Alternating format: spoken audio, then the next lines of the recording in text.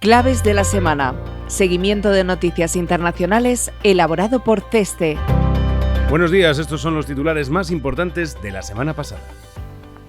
Recuperación incompleta del turismo. Inflación a la baja en Argentina.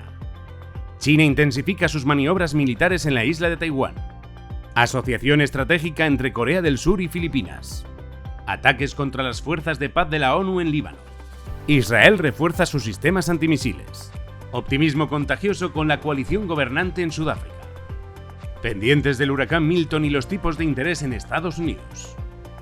Comenzamos este repaso hablando de la industria del turismo, que a nivel internacional continúa por debajo de los valores anteriores a la pandemia. De acuerdo al último informe publicado por la ONU Turismo, hasta 2023 denominada Organización Mundial del Turismo, en los primeros 7 meses del año, 790 millones de personas realizaron viajes internacionales. Aunque esta cifra supone un crecimiento del 11% respecto al mismo periodo de 2023, se sitúa un 4% por debajo respecto a los datos de 2019. A nivel regional, el comportamiento ha sido muy heterogéneo. En los últimos años, Oriente Medio y África subsahariana han registrado un sólido incremento y actualmente se sitúan en un 26 y un 7% respectivamente, por encima de los valores anteriores al coronavirus. Por el contrario, en Europa y en el continente americano, la llegada de turistas internacionales equivale al 96-97% de las cifras de 2019. La recuperación está siendo aún más lenta en la región de Asia-Pacífico, al situarse un 20% por debajo de los niveles de hace 5 años. En relación a los ingresos generados por el sector a nivel global, la evolución ha sido más favorable como consecuencia del incremento generalizado de los precios. En 2023, las exportaciones vinculadas al turismo internacional ascendieron a 1,8 billones con B de dólares, prácticamente el mismo nivel que 2019. Aunque las perspectivas para los próximos meses son favorables, la agencia de la ONU advierte de la posibilidad de que el incremento de los precios de transporte y alojamiento sea tan intenso que acabe lastrando en un futuro la actividad de la industria.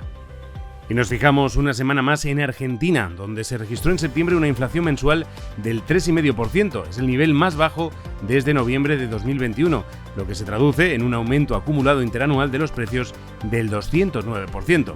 Esta desaceleración se atribuye principalmente al aumento moderado en los precios de los alimentos. La reducción de la inflación y del déficit fiscal son, de hecho, los resultados más notables de las medidas emprendidas para reequilibrar el panorama macroeconómico. Tanto Milei como su ministro de Economía, Luis Caputo, han celebrado el dato de inflación aprovechando para defender la política de austeridad y ortodoxia fiscal. También la SIFI y otros observadores valoran positivamente este resultado. Por ejemplo, el Banco Mundial reconoce la reducción de la inflación como un increíble logro. Sin embargo, como advierten muchos analistas, esta desaceleración obedece en buena parte a la caída del consumo derivada de las medidas de austeridad y del hecho de que los aumentos salariales y de pensiones no se han acompasado con la inflación. La contracción del consumo va a repercutir necesariamente sobre la actividad económica. El Banco Mundial prevé una caída del PIB del 3,5% para este año y el empleo, en un momento en el que las cifras de pobreza son las más altas de los últimos 20 años. Se calcula que más del 50% de la población vive en condiciones de pobreza y la indigencia alcanza el 18%. Con todo, el Banco Mundial se mostró optimista sobre el rebote que puede representar la economía a partir de 2025, señalando que la clave para seguir progresando es tener las cuentas en orden para tener una política monetaria sensata.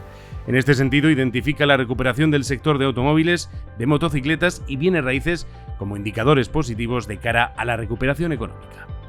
Y nos fijamos también en China, que ha intensificado sus maniobras militares alrededor de Taiwán el 14 de octubre en respuesta al discurso del presidente taiwanés Lai Ching-te durante el Día Nacional, en el que reafirmó la soberanía de la isla y al mismo tiempo hizo un llamamiento al diálogo con China.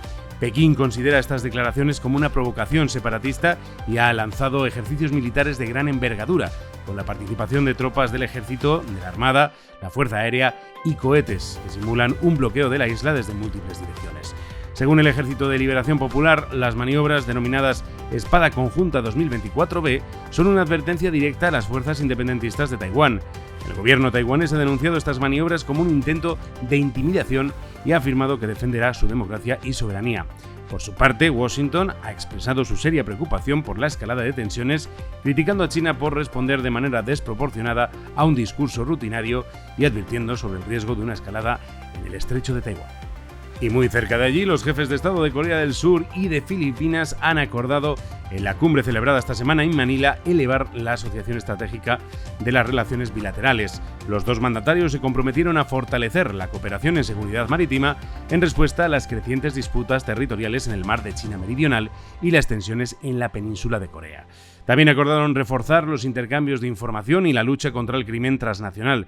Durante la primera visita de Estado a Manila en más de una década, el presidente surcoreano, Yoon Suk-yeol, indicó que su país colaborará activamente en el ambicioso programa impulsado por Filipinas para modernizar sus capacidades e infraestructuras militares. En los últimos años, Corea del Sur se ha convertido en uno de los principales países exportadores en el ámbito de defensa, impulsado por el desarrollo de modernos proyectos armamentísticos como los aviones de combate F-A-50 y los tanques K-2 Black Panther.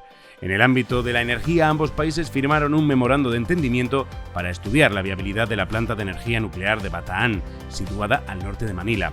La construcción de la central concluyó en 1984, sin embargo, nunca llegó a entrar en funcionamiento, después de que el gobierno de la entonces presidenta María Corazón Aquino prohibiese el uso de la energía nuclear. Y una semana más nos tenemos que fijar en el conflicto en Oriente Medio. La ofensiva militar de Israel en el Líbano ha estado marcada esta semana por los ataques efectuados por las Fuerzas Armadas hebreas a la misión de paz de la ONU desplegada en el país de los Cedros, conocida como Fuerza Provisional de las Naciones Unidas para el Líbano, FINUL. El 12 de octubre, portavoces de FINUL denunciaron que 5 cascos azules habían resultado heridos por los disparos efectuados por soldados y tanques israelíes. Un día después, 2 carros de combate hebreos destruyeron y entraron a la fuerza en una de las bases de la misión de paz. El secretario general de la ONU, Antonio Guterres, advirtió que cualquier ataque contra las fuerzas de paz puede constituir un crimen de guerra. Por su parte, la Unión Europea ha exhortado a Tel Aviv a que cese de inmediato los inaceptables ataques al contingente de paz, contrarios al derecho internacional. El primer ministro israelí, Benjamin Netanyahu, ha acusado a la ONU de ser escudos humanos de la milicia Hezbollah y ha exigido su salida inmediata del Líbano. La misión de paz se estableció en 1978 con el objetivo de contener la tensión en la frontera entre el sur del Líbano y el norte de Israel, un territorio no acordado oficialmente entre los dos países conocido como Línea Azul. Se calcula que actualmente hay desplegados más de 10.500 cascos azules procedentes de 40 países. Y todo ello mientras Israel refuerza sus sistemas antimisiles. Estados Unidos informaba esta semana del despliegue en el país del sistema más avanzado del mundo, el denominado Terminal de Defensa Antiaérea a Gran Altitud, capaces de interceptar proyectiles a más de 150 kilómetros de altitud. Washington señaló que el TAAD reforzará la capacidad de Tel Aviv de neutralizar misiles balísticos. Especialistas en defensa sugieren que esta decisión podría indicar que la respuesta de Israel contra Irán por el lanzamiento de 200 misiles el 2 de octubre va a ser inminente. Asimismo, el despliegue de más baterías antiaéreas ha incrementado el riesgo de que la acción, que previsiblemente vaya a llevar a cabo Israel, suponga un nuevo salto en la escalada de las hostilidades, un ataque lo suficientemente contundente como para que Irán opte igualmente por endurecer su respuesta. Todo ello dibuja un escenario extremadamente preocupante donde resulta difícil aventurar hasta dónde podría escalar la espiral de represalias. Y también nos fijamos esta semana en Sudáfrica. El Gobierno de Unidad Nacional sudafricano cumple 100 días al frente del país, desafiando a todos aquellos que auguraron que la coalición no duraría. El ANC, African National Congress, histórico partido de Mandela, había gobernado en solitario durante 30 años, pero tras perder la mayoría absoluta en las elecciones de mayo de 2024, ahora lidera una gran alianza junto a otros 9 partidos. De estos, el que tiene considerablemente mayor peso es la DA, Democratic Alliance, de carácter liberal. Muchos consideraron esta coalición una traición a las bases ideológicas originales del ANC, que está afiliado a la Internacional Socialista. No obstante, los mercados y los inversores han bendecido esta unión. ArcelorMittal, Qatar Airways y Toyota, además de la minera Anglo American, están entre las empresas que han anunciado nuevas inversiones en el país en los últimos meses. Tras década y media perdida, periodo en el que el crecimiento económico fue inferior al de la población, el optimismo se extiende. Y no es para menos. Desde marzo no ha habido cortes eléctricos, algo que en 2023 se hubiera considerado utópico, y se ha aprobado nueva regulación para permitir la participación privada y aumentar la competitividad en los sectores de energía y transporte, históricamente marcados por la corrupción y el subdesarrollo. Además, la acumulación de permisos de trabajo sin aprobar se ha reducido a la mitad. Todo esto se percibe como una oportunidad para revitalizar el crecimiento de la economía más industrializada de África. Y finalizamos este repaso en Estados Unidos, donde se ha registrado más de una docena de muertos, 3 millones de personas sin electricidad y 80.000 evacuados. Es el saldo provisional que deja el huracán Milton tras tocar tierra en el estado de Florida, en el sureste de Estados Unidos. Sin embargo, la cuantía de los daños definitivos no se conocerá hasta que las zonas inundadas consigan recuperar poco a poco la normalidad. Más allá del fuerte impacto social de los desastres naturales, preocupa su fuerte impacto económico. Las catástrofes naturales son inflacionistas, amplían los déficits presupuestarios, desencadenan trastornos en la cadena de suministro y provocan repuntes temporales de la demanda de algunos bienes. Hay pocas razones para pensar que esta vez será diferente. La llegada de Milton se produjo además poco después de que se diesen a conocer los últimos datos de evolución de los precios de la economía estadounidense. La tasa de inflación general descendió hasta el 2,4% en septiembre, una décima por debajo del dato de agosto. Se trata del sexto mes consecutivo de desaceleración de la inflación. Sin embargo, el dato general esconde algunos matices. La tasa de inflación subyacente, que excluye alimentos y energía, se incrementó hasta el 3,3%. Es una décima por encima de lo registrado el mes anterior. Además, la tasa anualizada del IPC a 3 meses muestra que la inflación también se aceleró en septiembre frente al dato que se observó en agosto.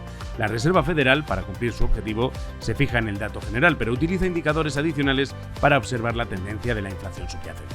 De esta forma, pese a la favorable evolución de los precios, los mercados están descartando un recorte de medio punto en los tipos de interés del dólar en la próxima reunión de noviembre. Aún se baraja, en cambio, una rebaja de un cuarto de punto hasta dejarlos en el 4,75%, un nivel todavía muy elevado. Y hasta aquí nuestro repaso de noticias internacionales. Recuerda que puedes consultar más desde el apartado de comunicación Claves de la Semana en nuestra web ceste.com. Hasta la semana que viene.